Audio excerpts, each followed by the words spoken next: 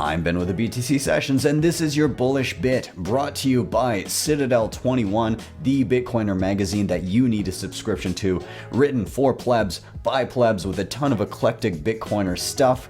Each issue only has 1,000 prints, so if you want to be this happy, go grab yourself a subscription today at citadel21.com.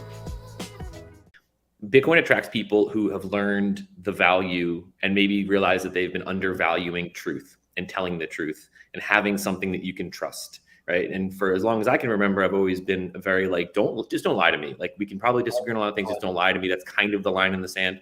I feel like a lot of the clown world has people divided because they disagree on social things or political things or monetary things. And Bitcoin community is like, I'm just interested in truth, like telling the truth.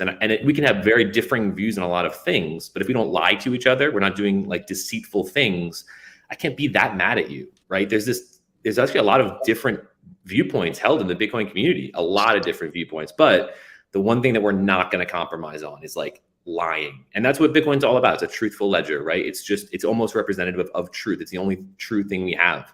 And when you start to value truth in a way that you maybe never did before, it attracts a certain type of person. So really, if I'm thinking about how Bitcoin fixes clown world, it acts as this like light for these little truth moths to flock around. And all of a sudden now there's clown world and there's non-clown world, right? And so it almost acts as the opposite of clown world in that it attracts people who like truthfulness. And that's what I see. That's just what I'm observing. And I'm like, I didn't even care about certain things. And now it's shining a light on things that I was like, wait a second, I'm seeing a lot. I'm being lied to way more often than I thought I was. And it wasn't until like I really started taking Bitcoin seriously that I started seeing it.